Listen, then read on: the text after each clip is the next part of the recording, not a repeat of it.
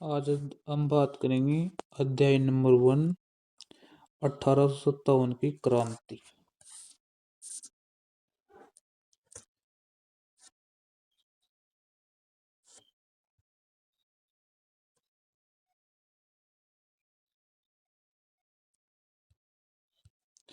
मुगल साम्राज्य के पतन के पश्चात देश में उत्पन्न अराजकता से राजस्थान भी अछूता नहीं रहा।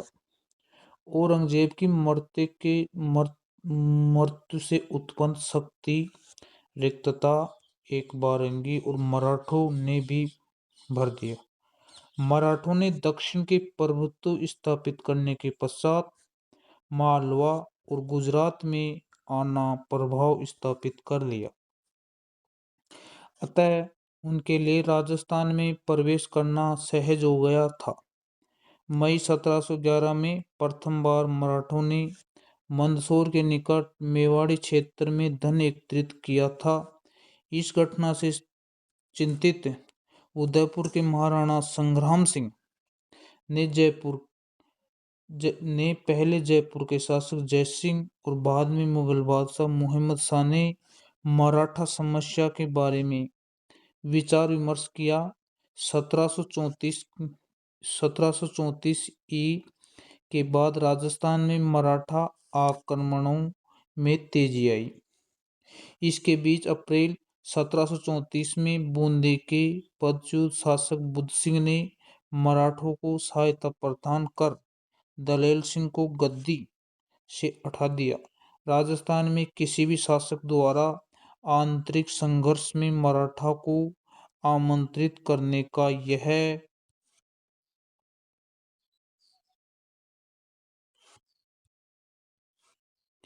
प्रथम अवसर था।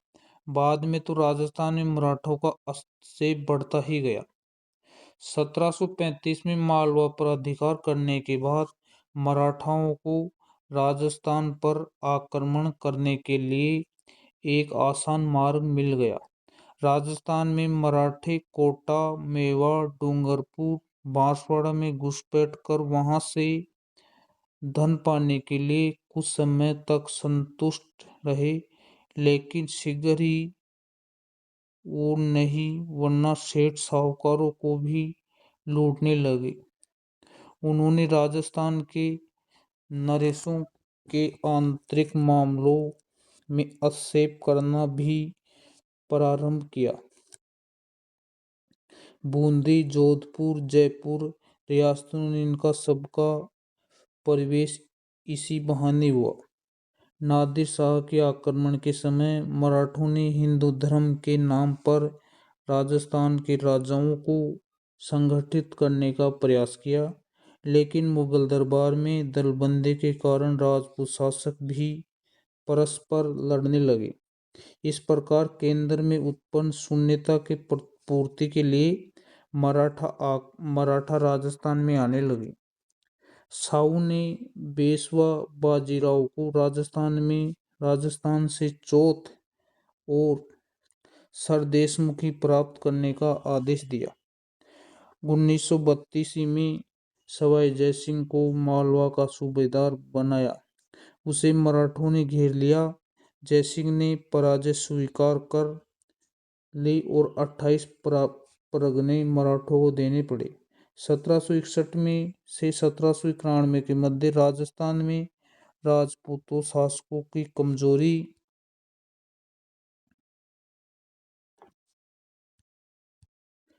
कमजोरी स्थिति के कारण विभिन्न राज्यों पर मराठों का प्रभुत्व हो गया।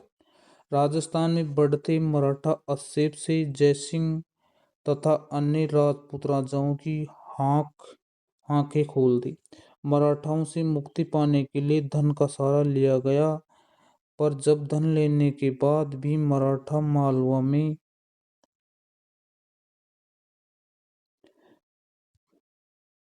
खाली नहीं किया तो पुनः संगठित प्रयास किए जाने लगे। अब धन के बजाय शक्ति के प्रयोग से मराठाओं को राजस्थान में निकालने का निश्चय किया गया। अतः 17 जुलाई 1734 में जयपुर, जोधपुर, उदयपुर, कोटा, किशनगढ़, नागौर, बीकानेर के शासकों ने मेवाड़ में हुड़ना नामक स्थान पर एकत्रित हुई। 17 जुलाई 1734 को एक संशोधित पत्र पर हस्ताक्षर हुए, जिनके अनुसार राजस्थान में सभी शासकों को विपत्ति के समय सहयोग देने का वादा किया। वर्षा ऋतु के बाद मराठों की विद्रुत कार्यवाही हेतु रामपुरा में एकत्रित होना तय किया। किसी राजा के शत्रु को अपने राज्य के आश्रय या शरण न देने की शपथ ली, परंतु इस सम्मेलन में वंचित परिणाम नहीं निकले, क्योंकि रियासती शासकों में आपसी देश देश था। अतः प्रतिभा संपन्न और क्रियाशील नेतृत्व का अभाव रहा। रियासती स्वार्थी नीतियां और कार्य संभव सम्मेलन की असफलता के लिए उत्तरदायी थे। 1735 में मुगल सम्राट और राजपूत शासकों की सेनाओं ने मराठों को खदेड़ने का पुनः प्रयास असफल प्रयास किया। पेशवा अक्टूबर 1735 में उत्तर भारत की यात्रा पर निकला। उन्होंने महाराजा जगत सिंह का आतिथ्य स्वीकार किया और उपहार तथा चौथा समझौता हुआ। फिर वह जयपुर आया। जयसिंह ने मराठों को मुगल सम्राटों में समझौता करना चाहा, पर वह असफल रहा।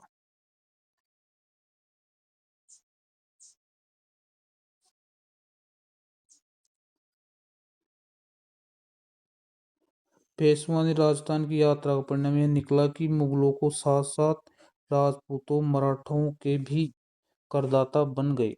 1738 में मुगल सम्राट की ओर से निजाम को बिना युद्ध किए धुरासराय की अपमानजनक संधि करनी पड़ी, जिसके अनुसार मराठों को मालवा की सूबेदारी को और 50 लाख रुपए प्राप्त हुए। 1742 में मराठों ने मारवाड़ में प्रविष्ट होकर सोजत, रायपुर, जैतारण परगने में चौथ वसूल करना आरंभ कर दिया।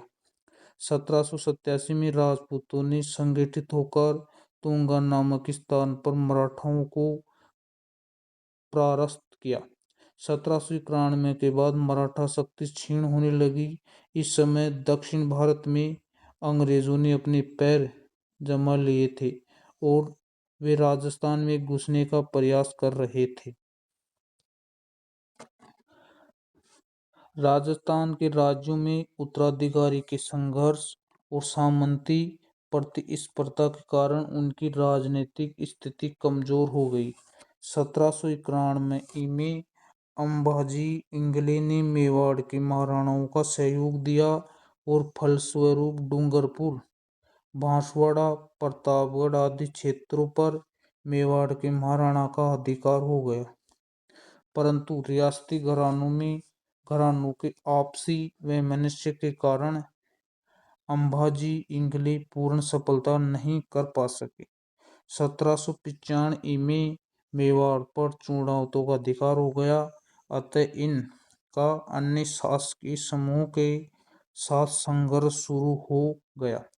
1802 में अमीर का पिंडारी ने नाथद्वारा पर अधिकार कर लिया। भीम सिंह रियासती घराने के आपसी वैमनस्य को निमंत्रण नहीं कर पाए। 1803 में मेवाड़ के शासक ने जयपुर नरेश के माध्यम से अंग्रेजों से संधि करने का प्रयास किया, पर वह असफल रहा। 1703 से 1813 के मध्य जोधपुर की अध्यक्षता का मुख्य कारण सामंती प्रतिस्पर्धा संकीर्ण उत्तराधिकारी का संघर्ष था। दोनों ही पक्षों में भाड़े सैनिकों को ऊंची धनराशि देकर अपने ओर मिलाने का प्रयास किया। परिणामतः राज्य संकट में घिरा गया। राजस्थान के शासकों ने मराठाओं के बढ़ते आतंक से मुक्ति पाने के लिए मराठों शत्रु अंग्रेजों से मित्रता करने के प्रयास शुरू कर दिए। सर्वप्रथम जयपुर के महाराजा पृथ्वी सिंह ने 1776 में अपने एक प्रतिनिधि गवर्नर जनरल के पास भेजा और अंग्रेजों से मैत्री इच्छा प्रकट की।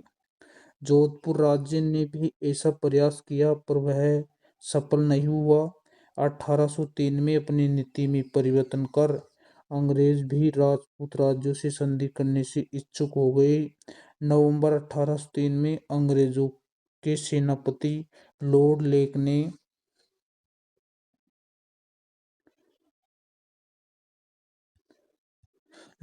ने राजस्थान की उत्तरी पूर्वी सीमा पर लासवाड़ी के रण क्षेत्र में सिंधिया के निर्माण के रूप में प्रकाशित कर दिया। मराठों की इस पराजय ने राजपूत शासकों के लिए मराठों की अधीनता से मुक्ति का स्वर्णाक्षर व्यवहार रखेंगे। कंपनी इन राज्यों के खिराज नहीं लेगी, आंतरिक मामलों में हस्तक्षेप नहीं करेगी। इन राज्यों की सुरक्षा का दायित्व कंपनी पर होगा। अन्य राज्यों के विवाद में कंपनी सहायता से सुलझाए जाएंगे। भरतपुर, अलवर, जयपुर, जोधपुर आदि राज्य इस संधि पर हस्ताक्षर कर दिए। 1811 में सेंटन के स्थान पर चार्ल्स मेटकोप दिल्ली का रेजिडेंट बना। उसने गवर्नर जनरल लॉर्ड मिंटो को सुझाव दिया कि मराठा अमीर खां पिंडारी को विध्वंसकारी कार्रवाई समाप्त कराने के लिए ब्रिटिश संरक्षण राजपूत राज्यों का एक संघ बना लिया जाए। तत्कालीन गवर्नर लॉर्ड हेस्टिंग्स ने सभी विरोधियों का दमन करके भारत में कंपनी का सर्वोच्च सत्ता स्थापित करना चाहता, किंतु यह सभी संभव था कि जब होलकर सिंधिया को उनके राज्यों में सीमित कर दिया जाता है तो पिंडारियों शक्ति का दमन किया जाता है। इसके लिए राजपूत राज्यों को संरक्षण लेना अंग्रेजों के लिए अनिवार्य था, क्योंकि राज्य ही सिंधिया, होलकर और पिंडारियों के प्रभाव में क्षेत्र में थे। अतः अंग्रेजों ने 5 नवंबर 1817 को होलकर की नई संधि करके राजस्थान के राज्यों यह राजस्थान के राज्यों के 1857 रियासती के शासक कोटा रियासत का राम सिंह, जोधपुर रियासत का तख्त सिंह, भरतपुर रियासत का जसवंत सिंह, उदयपुर रियासत का स्वरूप सिंह, जयपुर रियासत का राम सिंह द्वितीय, सिरोही रियासत का शिव सिंह, धौलपुर रियासत का भगत सिंह, बीकानेर रियासत का सरदार सिंह, करौली रियासत का मदन पाल, टोंक रियासत का नवाब वजरुद्दौला, बूंदी रियासत का राम सिंह और अलवर रियासत का विनय सिंह, जैसलमेर रियासत का रणजीत सिंह, झालावाड़ रियासत का पृथ्वी सिंह, प्रतापगढ़ रियासत का दलपत सिंह, बांसवाड़ा रियासत का लक्ष्मण सिंह, डूंगरपुर रियासत का उदय सिंह। ये 1857 क्रांति के काल रियासतों के शासक थे।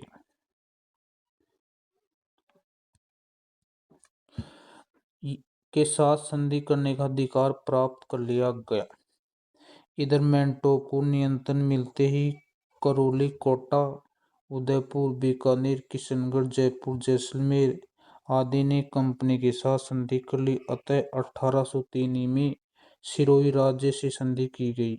इस प्रकार 1817 से 23 के दौरान राजस्थान पर स्थापित यह ब्रिटिश आधिपत्य 1947 में स्वतंत्रता प्राप्ति तक अणुश्र रहा। 19वीं शताब्दी के आरंभ में 20 रियासतें थीं। इनमें से 17 राजपूत, 2 जाट, एक मुस्लिम शासक द्वारा शासित थी। इन राज्यों के साथ की गई संधि कुछ सामान्य शर्तें, कुछ विशिष्ट उस राज्य से संबंधित थी। संधि की सामान्य शर्तें इस प्रकार थी।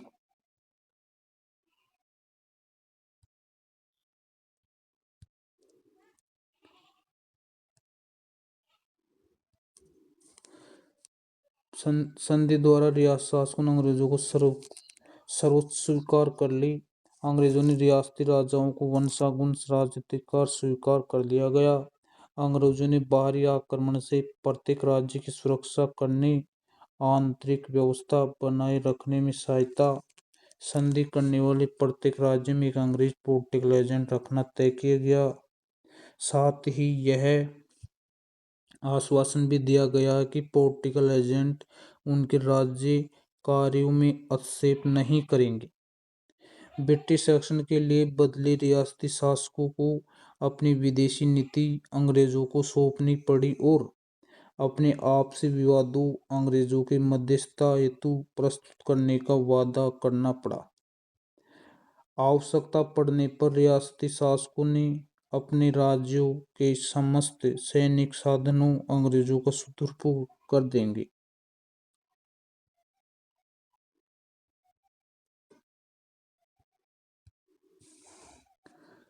अंग्रेजों को वार्षिक खिराज देने से संबंधित राज्यों को संधियां अलग अलग कर दी। खिराजों की यह राशि निर्धारित करने के लिए मराठों को दिए जाने की खिराज को आधार बनाया गया। ब्रिटिश शासन स्वीकार करने के फलस्वरूप राजस्थान के रियासती नरेशों को सुरक्षा प्राप्त हुई और उन पर स्वतंत्रता खोनी पड़ी।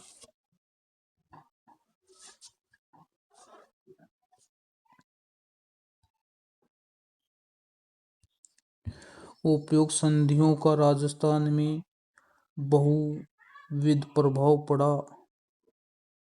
कंपनी सरकार को यह नियमित रूप से खिराज देने से राजस्थान राज्यों की आर्थिक स्थिति कमजोर हो गई।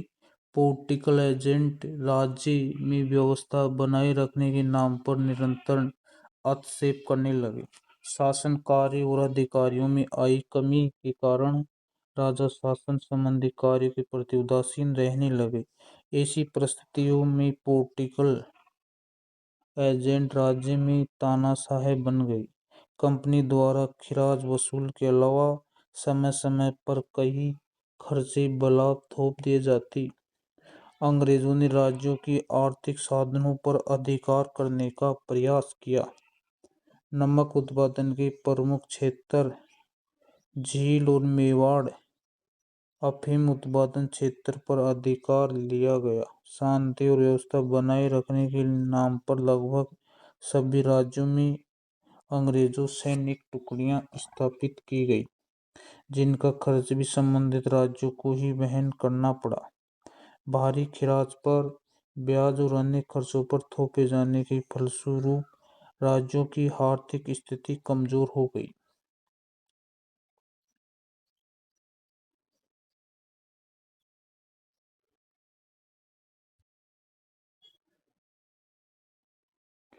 राजस्थान के शासकों मराठा आतंक से सुरक्षा अपने सामंतों को नियंत्रण स्थापित करने के लिए अंग्रेजों के साथ 1818 में संधि की।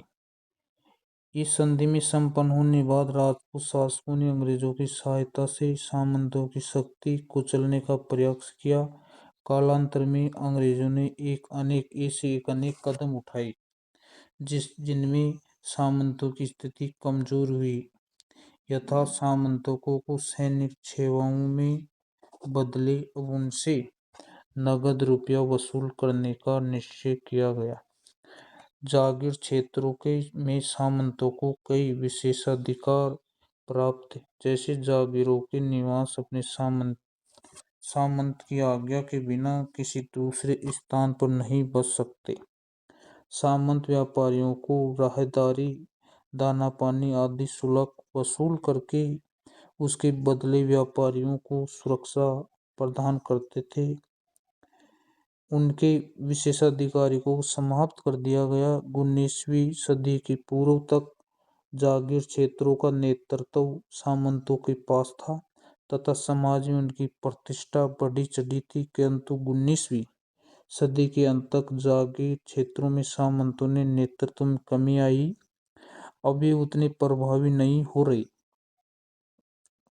अंग्रेजों ने डूंगरपुर के शासक जसवंत सिंह को गद्दी से हटाकर प्रतापगढ़ के शासक के पौत्र दलपत सिंह को वहां का शासक बना दिया गया। इससे वहां की जनता ब्रिटिश सरकार के प्रति घृणा उत्पन्न हो गई।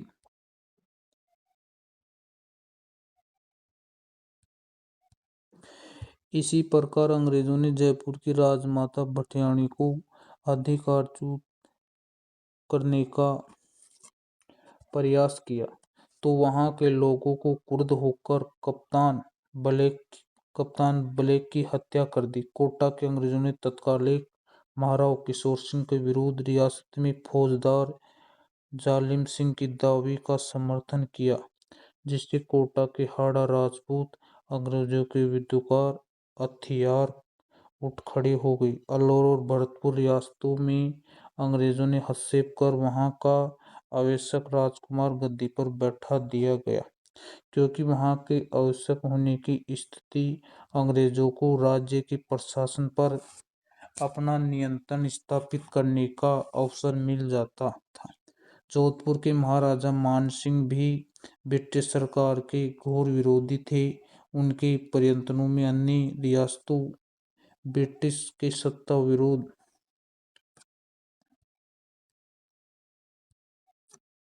असंतोष पनपने लगा।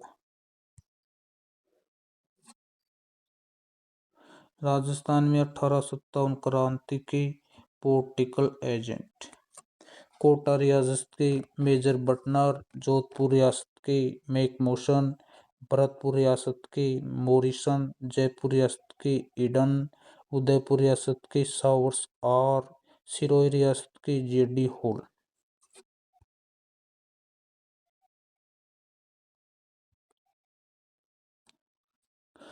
राजनीतिक आधिपत्य स्थापित करने के पश्चात अंग्रेजी सरकार ब्रिटिश भारत की भांति राजस्थान पर सांस्कृतिक विजय प्राप्त करने से उत्सुक हो उठी। ब्रिटिश सरकार ने सामाजिक सुधार के लिए प्रचलित परंपराओं, रीति रिवाजों, कुरीतियों को समाप्त करने के विशेष कदम उठाए। इन कुरीतियों में कन्यावध, दास प्रथा, सती प्रथा सम्मिलित थी। इस दिशा में उठाए गए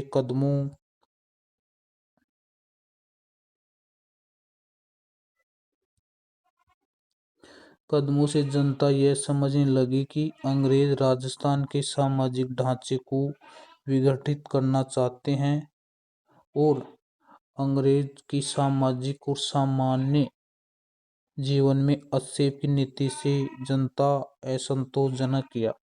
इस प्रकार हम देख सकते हैं कि 1818 की संधि के बाद अंग्रेजों द्वारा राजस्थान राज्यों के प्रशासन में अवांछनीय हस्तक्षेप, आर्थिक संसाधनों का आधिपत्य, अंग्रेजों द्वारा वसूल की जाने वाली वार्षिक खिराज की राशि, सामंतों के विरुद्ध कुठाराघात और राजस्थान में सामाजिक जीवन में हस्तक्षेप सर्वोत्तर असंतोषजनक जन्म दिया। राजा, सामंत और साधारण जनता सभी वर्गों अंग्रेजों से असंतुष्ट थे।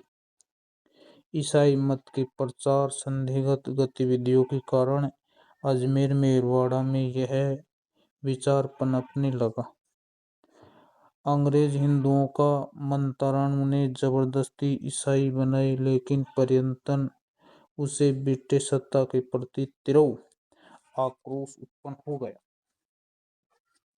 ब्रिटिश विरोधी भावनाओं को पनपने में राजस्थान में कवियों, साहित्यकारों ने भी महत्वपूर्ण योगदान किया। उनके द्वारा ऐसे शासकों की निंदा की गई जो ब्रिटिश सत्ता के भक्त थे तथा उन शासकों एवं सामंतों की प्रशंसा की गई ब्रिटिश सत्ता के विरोधी थे। ऐसे कवियों में कवि बांकीदास, रघुदास, साधुदास, गंगाजी तथा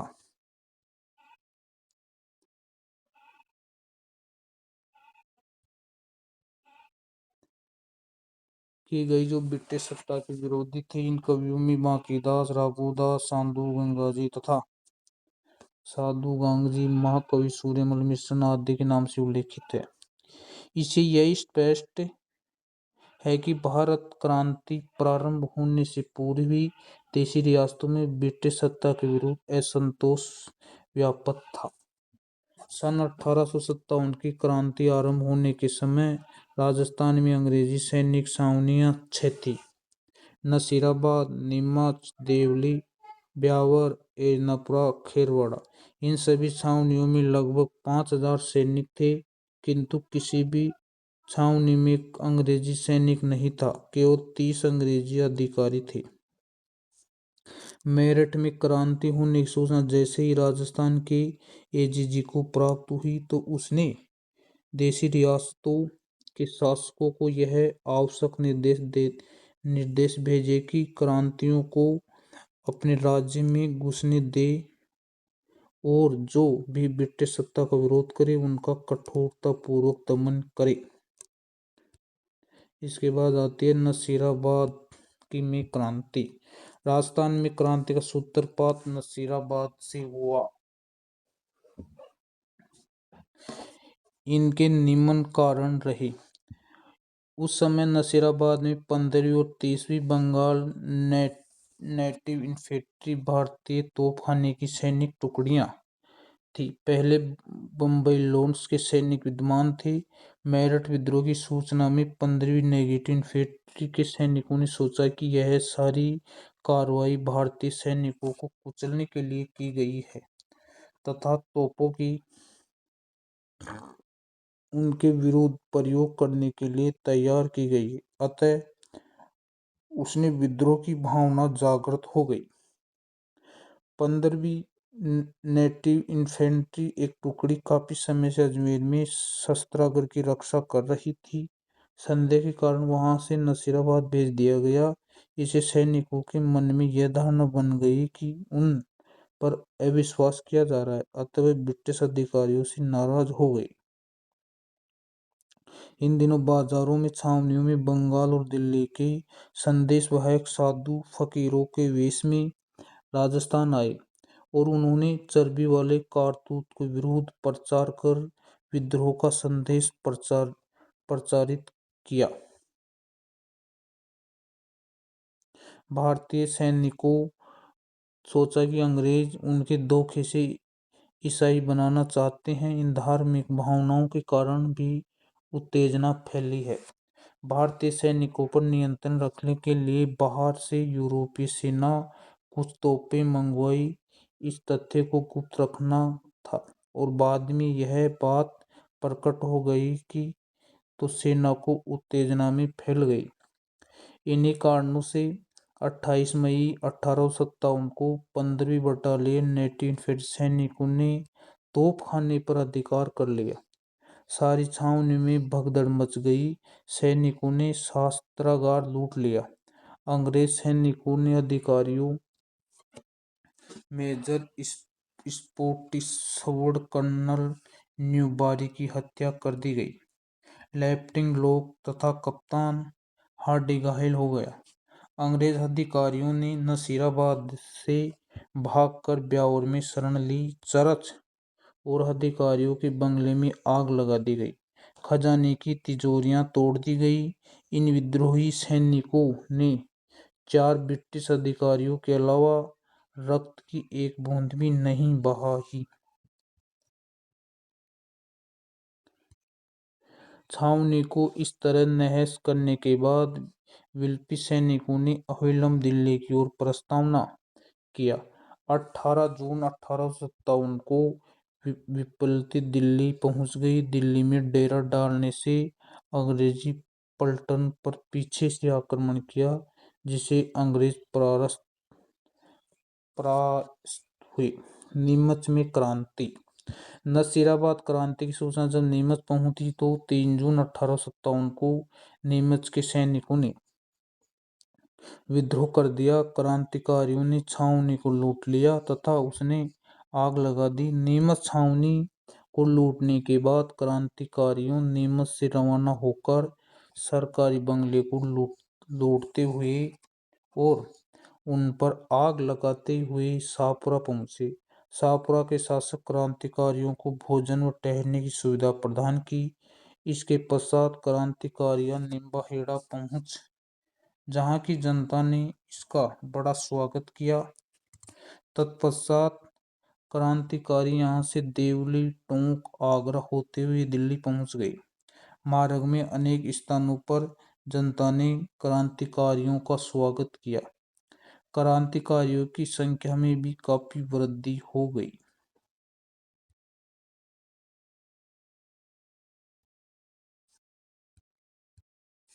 नीमच में क्रांतिकारियों के चले जाने के पश्चात एजीजी लॉरेंस के निर्देश पर कप्तान सावर्स ने कोटा, बूंदी, मेवाड़ राज्य की फौजों की सहायता से 18 जून 1857 को नीमच पर पुनः अधिकार कर लिया गया।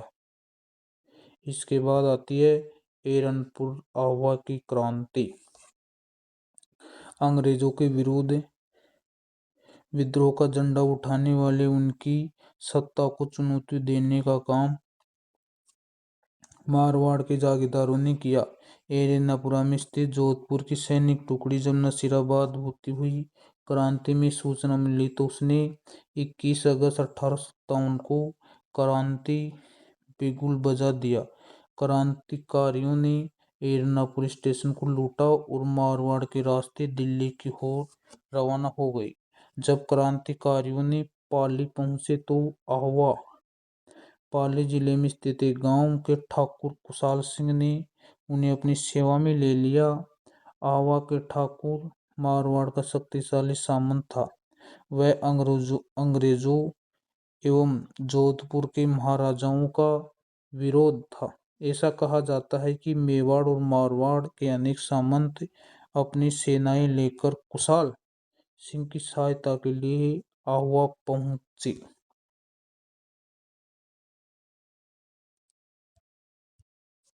जोधपुर के महाराजा सिंघवी कुशलराज के नेतृत्व में एक फौज अंग्रेजों का दमन करने हेतु आवा भेजी। 8 सितंबर 1857 को आवा के ठाकुर क्रांतिकारी की संयुक्त सेना ने जोधपुर की राजकीय फौज को परास्त किया। इस संघर्ष के किलेदार अनार सिंह मारा गया। सिंघवी कुशलराज जान बचाकर वहां से भाग खड़ा हुआ। जोधपुर में फौज की तोपें, बहुत सारी युद्ध सामग्री क्रांतिकारियों के हाथ लग गई। इस घटना के कुछ समय पश्चात एजीजी लॉरेंस एक सेना लेकर स्वयं आवा आए। 18 सितंबर को लॉरेंस की सेना व क्रांतिकारियों के बीच भीषण संघर्ष हुआ, जिसे लॉरेंस को पराजय का सामना करना पड़ा। ब्रिटिश फौज को परास्त करने के बाद क्रांतिकारी दिल्ली की ओर कूच कर गए।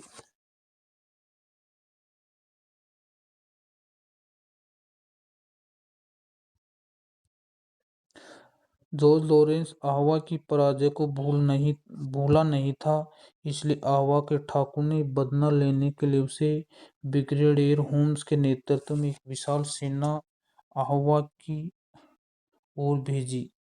20 जनवरी 1858 को ब्रिगेडियर होम्स ने आवा पर आक्रमण कर दिया। दोनों सेनाओं के बीच संघर्ष हुआ। इस संघर्ष के दौरान ठाकुर कुशाल सिंह आवा के किले को छोड़कर सलूम्बर चला गया। उसके जाते ही ब्रिटिश फौजों ने आवा के किले पर अपना अधिकार कर लिया। अंग्रेजों में बदलने की भावना इतनी प्रबल थी कि उन्होंने पूरे गांव को बुरी तरह लूटा, आवा के किले को बारूद से उड़ा दिया। इतना ही नहीं, उन्होंने आवा के मंदिरों, मूर्तियों की पूरी तरह नष्ट कर दिया गया तथा वहां के निवासियों को भीषण अत्याचार किया। मेवाड़ में क्रांति की गूंज।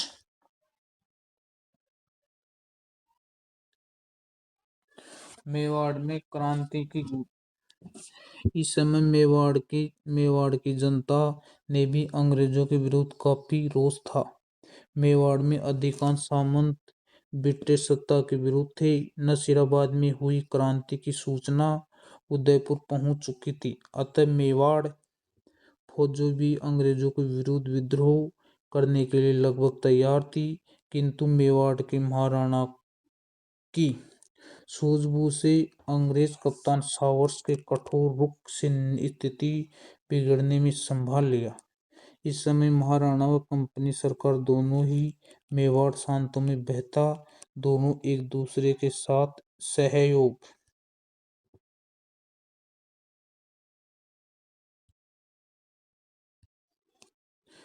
करने के लिए बाध्य थे।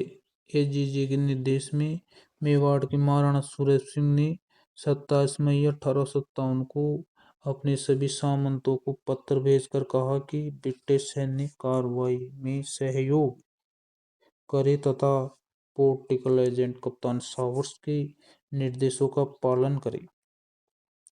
दूसरी ओर कप्तान सावर्स ने विरोधी सामंतों को चेतावनी देते हुए कहा कि जो भी शांति भंग करने का प्रयत्न करेगा उसे कठोर दंड दिया जाएगा।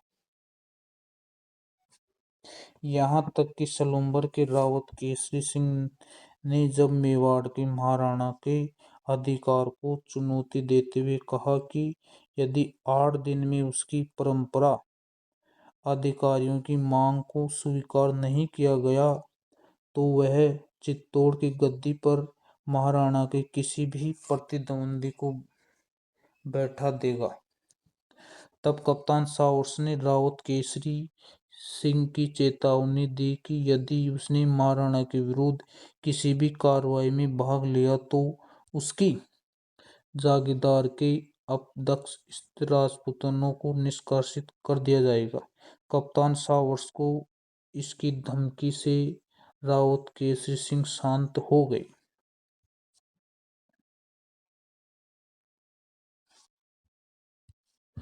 अब आती है कोटा में क्रांति। राजस्थान में 1857 क्रांति। कोटा का महत्वपूर्ण स्थान कोटा विद्रोह का मुख्य कारण यह था कि पॉलिटिकल एजेंट मेजर बटन ने कोटा महाराव को यह सलाह दी कि कुछ अफसर वफादारी नहीं है तथा उनका रवैया अंग्रेज विरोध, अतः वे ऐसे अफसरों को पदच्युत कर अंग्रेज अधिकारियों को सौंप दे जिससे उन्हें उचित दंड दिया जा सके। मेजर बटन ने जिन अफसरों को सौंपने की मांग थी उनमें जयदाल, रतनलाल, जियालाल आदि प्रमुख थे। मेजर बटन द्वारा महाराव को जो सलाह दी गई थी वह किसी प्रकार महाराव की फौज के अधिकारियों पर प्रकट हो गई। फलस्वरूप फौज के सभी सिपाहियों को क्रोध पागल हो उठे। उन्हें मेजर बटन में बदला लेने के लिए निश्चित किया गया। तदनुसार 15 अक्टूबर 1857 में कोटा के सैनिकों ने क्रांतिकारी बिगुल बजा दिया गया।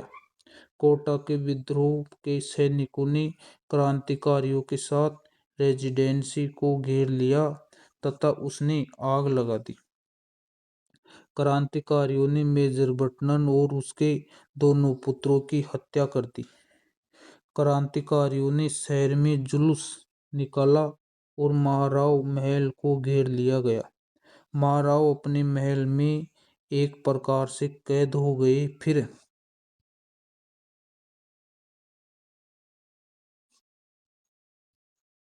फिर क्रांतिकारियों ने महाराव को एक संदिग्ध पत्र पर हस्ताक्षर करने के लिए विवश किया जिसमें 9 शर्तें थी। इससे एक शर्त यह थी कि मेजर बटन तथा उनके पुत्रों की हत्या स्वयं महाराजा आदेश से की गई है। महाराव क्रांतिकारियों के इच्छा अनुसार व्यवहार करने के लिए तक विवश होना पड़ा जब तक करौली के सैनिक सहायता प्राप्त नहीं हो गई। क्रांतिकारियों को कोटा शहर पर लगभग 6 माह तक अधिकार रहा। उन्होंने सरकारी गोदामों, बंगलों, दुकानों, अस्त्र शस्त्र भंडारों आदि को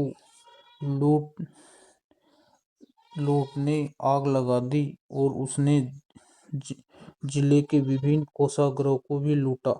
ऐसा लगता है कि क्रांतिकारियों को कोटा रियासतों में अधिकांश अधिकारियों का समर्थन और सहयोग प्राप्त हो गया। क्रांतिकारियों ने शहर में लूटमार, अत्याचार, नगर के लोगों में भीषण आतंक पैदा कर दिया था। यह स्थिति तब तक बनी रही जब मेजर एस.टी. रॉबर्ट्स नसीराबाद में 5500 सैनिक लेकर 22 मार्च 1858 को चंबल के किनारे पहुंचा। उसने तोपों से क्रांतिकारी नसीराबाद क्रांतिकारियों पर धुआंधार गोले बरसाए और उन्हें कोटा से बाहर भागने पर विवश कर दिया गया। तब जाकर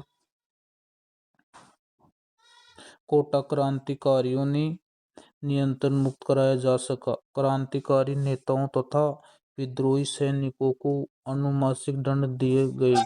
जयदाल को गिरफ्तार करके तोप से उड़ा दिया गया। अन्य राज्यों में क्रांतिकारी की गूंज।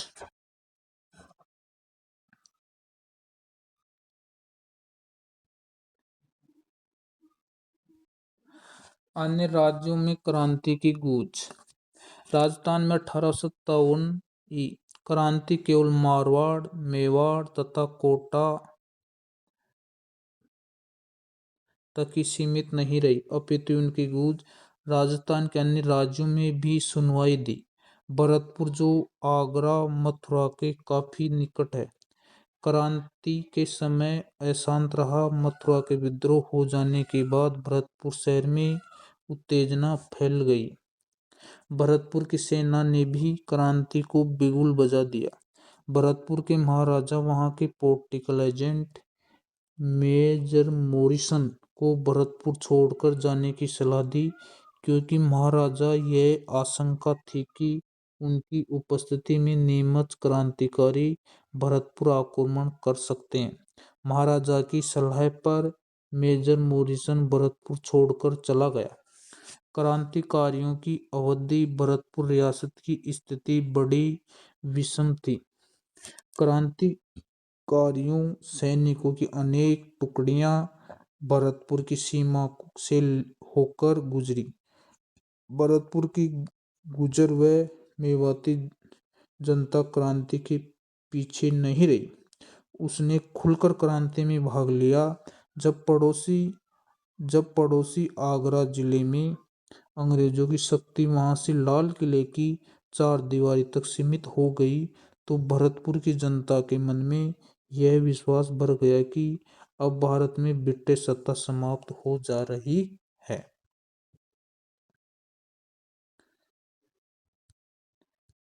और अलवर में भी दिल्ली में कुछ क्रांतिकारी आ जाने से कारण क्रांति गतिविधियों को पनपने लगी। अलवर रियासत के गांवों के गुजरों ने पड़ोसी राज्य भरतपुर की भांति विदेश ब्रिटिश विरोधी भावना का खुलकर प्रदर्शन किया।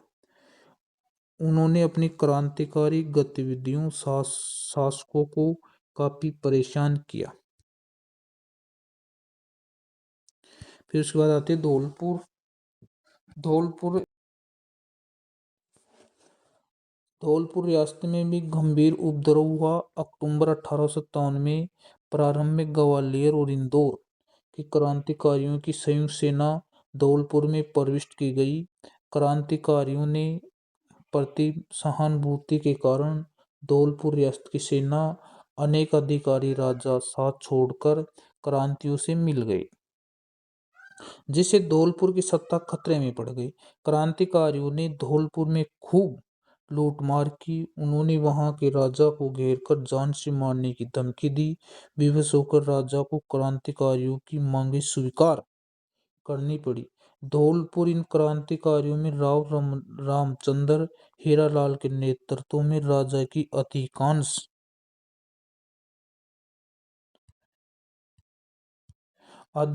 तोपे पर अधिकार कर लिया। उनकी सहायता से आगरा पर आक्रमण कर दिया गया। यह स्थिति तब तक बनी रही जब दिसंबर में पटियाला के शासक द्वारा भेजी सेना सहायता धौलपुर व्यवस्था में स्थापित नहीं हो पाई। जयपुर के महाराजा एक पदाधिकारी राव शिव सिंह ने यह सलाह दी कि अंग्रेजों तथा मुगलों की बादशाह बहादुर शाह मित्रतापूर्ण संबंध बनाए रखने उनके प्राइवेट सेक्रेटरी पंडित शिवदिन ने महाराज पर अंग्रेजों के साथ देने के लिए जोर डाला। जयपुर के नवाब विलायत खां मियां उस्मान खां सादुल खां मुगल सम्राट से मिलकर ब्रिटिश सत्ता के विरुद्ध क्रांति का षड्यंत्र रच रहे थे। मुगल सम्राट के साथ किए गए इन पत्र व्यवहारों की जानकारी महाराजा को मालूम हो गई।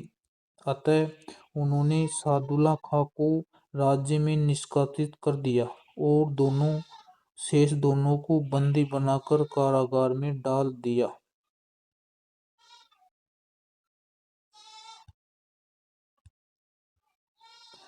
टोंक में भी नवाब की सेना से मीर आलम खां के नेतृत्व में विद्रोह कर दिया। टोंक का नवाब अंग्रेजों के साथ, मगर नवाब की सेना नीमच क्रांतिकारियों को टोंक आने के लिए निमंत्रित किया और उनकी सहायता से नवाब किले को घेर लिया। नवाब में सैनिकों को डराने धमकाने का भरपूर प्रयास किया, किंतु यह सफल नहीं हो सका। सलुम्बर और कोठारिया का योगदान। जोधपुर के ठाकुर कुशाल सिंह से प्रेरणा लेकर मेवाड़ के दो प्रमुख सामंतों सलुम्बर के रावत केसरी सिंह, कोठारिया रावत जैता सिंह 1857 में स्वतंत्रता संग्राम में अपूर्व योगदान रहा। यह सही है कि मारवाड़ के सामंतों की भांति मेवाड़ के सामंतों ने खुलकर क्रांतिकारी में भाग नहीं लिया, किंतु अंग्रेजों का विरोध करने वाले क्रांतिकारी नेताओं, ब्रिटिश सत्ता विरोधी जागीरदारों को सलुम्बर में कोठारिया के रावतों ने यहाँ शरण दी। उन्होंने क्रांतिकारियों के परिवारों को भी आश्रय दिया।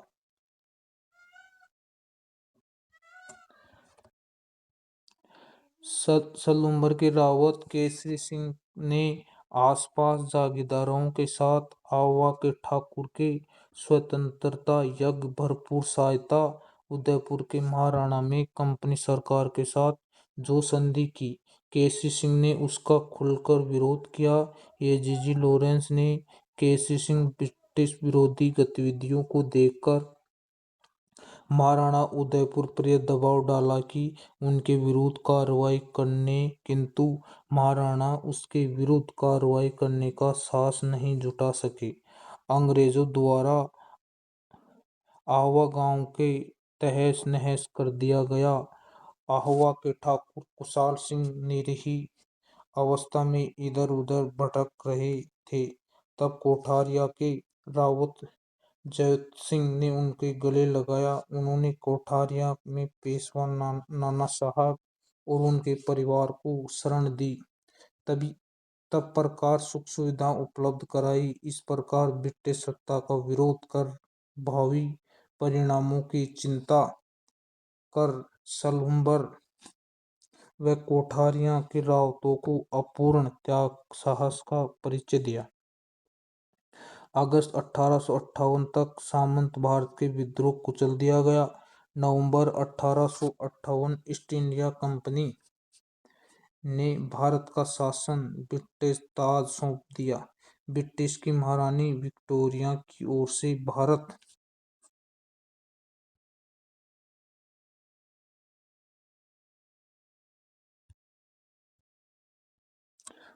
के सभी नरेशों को अधिकारों को विशेषाधिकारी सुरक्षित रखने का आश्वासन दिया गया। महाराणा के इसका स्वागत किया गया। अंग्रेजों के सम्मान दावत दी गई। यद्यपि राजस्थान में प्रथम स्वतंत्र संग्राम असफल रहा, परंतु विप्लवता के बाद राजस्थान के परंपरागत ढांचे का स्वरूप बदलने लगा। आधुनिक शिक्षा का प्रसार, नए मध्यम वर्ग का जन्म, प्रशासनिक सेवाओं को जनसाधारण की नियुक्ति, वैश्य समुदाय का सहयोग किया जाने लगा। इनमें महत्वपूर्ण पद और विभिन्न प्रकार के संरक्षण देना आदि कुछ इस तरह के कार्य लगे होने जिससे राजपूतों का महत्व कम हो गया। राजस्थान में नरेश और जागीरदारों को अब महत्वपूर्ण पूरी तरह निर्भर हो गया। 1857 की क्रांति असफलता के कारण राजस्थान में राजाओं ने अंग्रेजों के प्रति अपनी झुकने की प्रवृत्ति का परिचय दिया। जयपुर, अलवर, भरतपुर, धौलपुर, करौली, सिरोही, टोंक, बीकानेर, डूंगरपुर, बांसवाड़ा, प्रतापगढ़ के शासकों ने विप्लव को आंधी को रोकने के लिए ब्रिटिश सत्ता का सहयोग किया। मुगल सम्राट बहादुर शाह तथा स्थानीय विरोधियों ने अंग्रेजी राजस्थानी राजाओं को स्वतंत्रता संग्राम का नेतृत्व प्रदान करने हेतु आमंत्रित किया, पर इसके बाद अंग्रेजों का साथ दिया। राजस्थान में विद्रोह को आपसी एकता संपर्क का अभाव था। कोटा, नसीराबाद, भरतपुर, धौलपुर, टोंक आदि में अलग अलग समय क्रांति होने के कारण अंग्रेजों को विद्रोह से निपटने का अवसर मिल गया। मारवाड़, मेवाड़, जयपुर आदि नरेशों ने तात्या टोपे को किसी प्रकार का सहयोग नहीं दिया।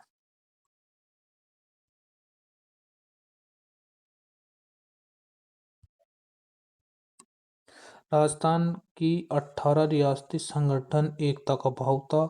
नेतृत्व के लिए जब मेवाड़ के महाराणा से संपर्क किया गया तो नेतृत्व प्रदान करने के बजाय उन्होंने शासकों का पत्र व्यवहार सारे कागजात ब्रिटिश अधिकारी को सौंप दिया गया। राजस्थान अनेक देशी रियासतों में बटा हुआ था। इसी कारण क्रांतिकारियों को कोई केंद्रीय संगठन नहीं था। उनमें नेतृत्व का भी सर्वथा अभाव, क्रांतिकारियों के बीच आपस में संपर्क भी नहीं रहा। उसने त्याग बलिदान की भावना, किंतु उनमें अंग्रेजों को जैसा रणकौशल ही था और न अंग्रेज सैनिकों ने समान प्रशिक्षक थे। इसके अतिरिक्त क्रांतिकारियों को धन, रसद और हथियारों की कमी का सामना करना पड़ा। अंग्रेजों के अन्य क्षेत्रों में हुई क्रांति का दमन करते हुए 1858 में उत्तर भारत में अधिकांश भागों पर पुनः अपना नियंत्रण कर लिया। इस कारण उन्होंने राजस्थान में हुई क्रांति का दमन करने के लिए पूरी शक्ति लगा दी।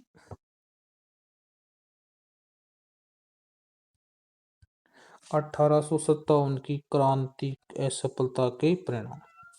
सन 1857 क्रांति असफलता होने के बाद राजस्थानी रियासतों ब्रिटिश शासन में चली गई। ब्रिटिश सम्राट राजस्थान की सभी रियासतों कंपनी के द्वारा की गई संधियां जारी रखी।